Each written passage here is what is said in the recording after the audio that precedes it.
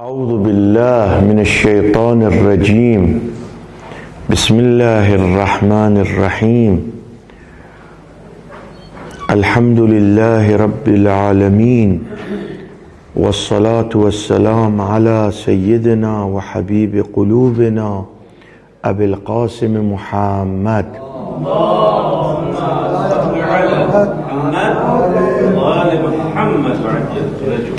وعلى أهل بيته الطيبين الطاهرين، واللعن الدائم على أعدائهم أجمعين. كيف يتفوق طالب العلم؟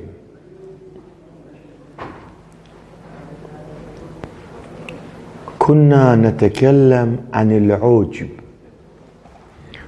قلنا لكم العجب يأكل الإيمان،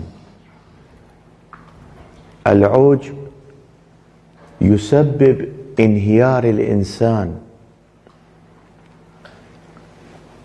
ولذا لا بد لكل طالب للعلم أن يسعى أن يبعد هذه الخصلة المنبوذة، هذه الخصلة التي تسبب فناء الإنسان. الإنسان يحتاج إلى نورانية، يحتاج إلى توفيق، يحتاج إلى علو الدرجة. الحياة لا بد أن تتقوى من جهة المعنوية، من جهة التقوى، وإلا الإنسان إذا مضت أيامه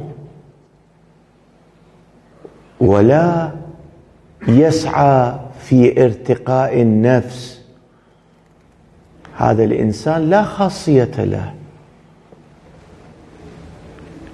نحن جئنا لهذه الدنيا الدنية حتى نتقدم في كسب المعنوية، في كسب الصفات الحميدة، في السير إلى درجات عالية بحيث تسبب كسب المعنوية.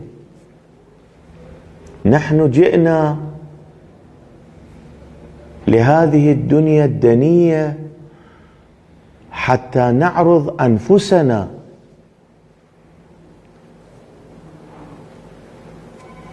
للامتحان. الدنيا دار امتحان، ولذا شخص يخرج بسلامة من هذا الامتحان الذي سعى في تزكية النفس، في البعد عن المعاصي. بعض الأمور تسبب الإنسان يرتقي، يصير وجناته معنوية، حركاته وسكناته ملهمة من حركات وسكنات أهل البيت روحي لهم الفداء. لما يتكلم، لما يتحرك، لما يخطب، تشوفه وجناته معنوية ملهمة من أهل البيت. لا تتحقق هذه الملكة إلا بالابتعاد عن صفات المذبوبة، صفات التي ذمها أهل البيت في كلماتهم، في أحاديثهم، في رواياتهم. من جملة تلك الصفات العجب. العجب آفة الشرف. العجب ما يخليك ترتقي، يسقطك. أمير الكون علي بن أبي طالب يقول روحي له الفداء: آفة اللب العجب، يعني آفة العقل العجب. يزيل عقلك، العجب يسبب زوال العقل، ولذا لا بد أن تدقق في أمورك. العجب يفسد العقل. احنا شنو عندنا غير العقل؟ الله سبحانه وتعالى أعطانا قدرة، نفخت فيه من روحي. الله يريد يشير إلى أهمية الشيء الذي أعطاه لك. مهم، ولذا يقول نفخت فيه من روحي. شنو النفخ فيه من روحه؟ العقل، الإدراك، الفهم، الموعظة النفسية، هذا من الله سبحانه وتعالى. شوف لما تريد تقدم لا سمح الله إلى معصية، أكو نداء من داخل جسمك يناديك لا تفعل، بعدين تتندم، ترى تنتهي هذه اللذة ما تبقى، ولكن لذة ترك المعصية تبقى إلى آخر عمرك. لما تذكر تباهي بنفسك، جاءت المعصية وأنا تركتها. ثمرة العجب البغضاء. الناس يصيرون عدوك إذا صرت شخص الذي معجب بنفسك. كل مكان تروح الناس يرون العجب يتركوك، لا يحسبوك شيء. وانت طالب العلم تريد تدخل بالنفوس، تريد تغير النفوس، تريد ترشد الناس إلى المعنوية، إلى الآخرة. كيف أنت تكون معجب بنفسك وتريد أن تؤثر بالناس؟ لا يمكن هذا. ولذا أمير المؤمنين يذكر أن هذه الصفة دنية، صفة غير ممدوحة. العجب رأس الحماقة. الله الله، هذه الكلمات كلها لأمير المؤمنين روحي له الفداء، أمير الكون علي بن أبي طالب. يقول العجب رأس الحماقة. شنو شايف بنفسك؟ أي شيء رأيت في وجودك حتى أنت معجب بنفسك؟ شنو أكو؟ بأقل مرض قدرتك تنهار، بشيء بسيط جزئي تنهار. العجب درجات، منها أن يزين للعبد سوء عمله فيراه حسنا فيعجبه ويحسب أنه يحسن صنعا، ومنها أن يؤمن العبد بربه فيمن على الله عز وجل ولله عليه فيه المن. الإنسان يرى فعله الخطأ جيدا لأن معجب بنفسه ويفكر أنه شغله جيد. هذا أحد المراتب التي يذكر بها أمير المؤمنين علي بن أبي طالب. بعض الناس معجبين بنفسهم، عبالهم أنه أفعالهم جيدة مع أنه أفعالهم سيئة. ليش؟ هذا سبب العجب. العجب يخليك بهذا الشكل تفكر. لما صرت معجب بنفسك تقول يا الله أنا أمس صليت ترى صلاة الليل، قعدت عبدت، تخلي من نية على الله سبحانه وتعالى. أمير الكل شي يقول؟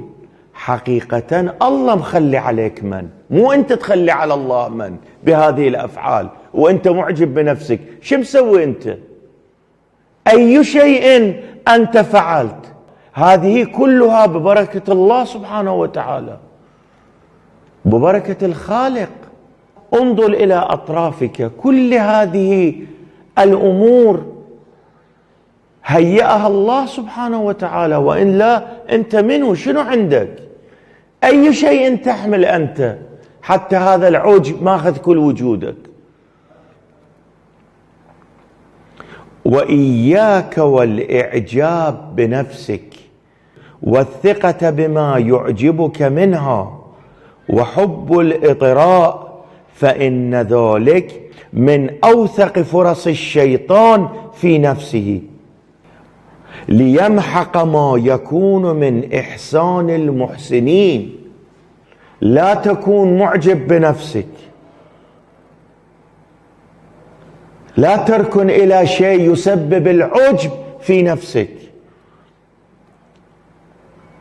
لا تحب أن الناس يمدحوك ولذا تفعل أي شيء، أي فعل حتى الناس يمدحوك. لا، هذا الشيء منبوذ. هذه فرصة للشيطان. إذا أنت معجب بنفسك وتريد أن الناس يمدحوك، تعطي فرصة للشيطان. أنت بواسطة هذا العجب الشيطان يدخل يمحي كل حسناتك هباء منثورا. ليش؟ لأن يوسوسك.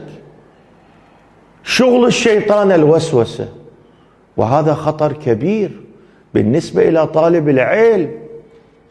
اسمعوا هذا الحديث من إمام الصادق روحي له الفداء. أتى عالم عابدا فقال له: كيف صلاتك؟ فقال: مثلي يسأل عن صلاته، أنا أعبد الله منذ كذا وكذا. قال: كيف بكاؤك؟ قال: أبكي حتى تجري دموعي. فقال له العالم: فإن ضحكك وأنت خائف أفضل من بكائك وأنت مدل. إن المدل لا يصعد من عمله شيء. عالم اجي يم عابد يعبد، قال له: تصلي؟ شلون تصلي؟ قال له: تسأل مني أنا شلون أصلي؟ يعني صلاتي كلش عالية، أصلي من الساعة كذا إلى كذا ساعة. سأل منه: تبكي؟ تبكي عند عبادتك لله سبحانه وتعالى؟ قال: نعم أبكي بحيث دموعي تجري على خدودي. العالم قال: إذا تضحك وتخاف من الله أحسن من هذه البكاء. أنت معجب بنفسك. أسأل منك تصلي، تقول: نعم ذيك الصلاة. إذا واحد يمدح نفسه عمله لا يقبل. هذا الحديث من إمام الصادق. هذا العابد معجب بنفسه، عباله قاعد بالصومعة أو قاعد في مكان العبادة يعبد الله سبحانه وتعالى ليلا ونهارا، ولكن غافل بجوابه عن سؤال السائرين. يسألون عنك: يا عابد أنت ايش تسوي هنا؟ أي شيء تفعل هنا؟ يقول: أعبد الله عبادة تلك العبادة. يمدح نفسه. هذه الصلاة فلس ما تسوى. الشخص الذي يمدح نفسه معجب بنفسه يفتح المجال للشيطان. هذا الشيطان ليس عابد. شوف ذول المتدينين المؤمنين، هذا طالب العلم المجد لما تسأل منه سؤال حول عبادته، تواضعه، تقواه، يقول: والله شو أقول أنا رجائي بالله سبحانه وتعالى. ما يحسب نفسه شيء، مع أنه متقي متدين أهل الله، ليلا ونهارا مشغول بالعبادة، مجد بالدرس بالتقوى. لأن الأصل الأساسي لطالب العلم الدرس. أول لابد أن يلاحظ الدرس يقوي نفسه، يرسخ العلوم في وجوده حتى يخدم المجتمع. وإلا إذا ما اهتم بالدرس لا يفيد هذا طالب العلم، لا يفيد هذا الشخص، هذا الطالب العلم، لأن ليس له إنتاج. بالعلم تقدر أن تحول الناس من الضلال إلى النور. إذا كنت أنت متروس مملو من العلم، من معارف أهل البيت، لما تتكلم الناس ينجذبون. لو علم الناس محاسن كلامنا لاتبعونا. الناس إذا دروا إحنا شو نقول يتبعونا. وأنت إذا ما عندك شيء شلون تريد تجذب الناس، تنصح الناس؟ وبالنهاية أذكركم بما نصحنا أمير الكون علي بن أبي طالب: العوج آفة الشرف، آفة اللب العوج، العجب يفسد العقل، ثمرة العوج البغضاء، العجب رأس الحماقة. دققوا، بعدوا العجب عن نفسكم، هذا وسوسة الشيطان. انتبهوا انتبهوا انتبهوا. وإن شاء الله نستمر بالكلام بالجلسات الآتية، والحمد لله رب العالمين.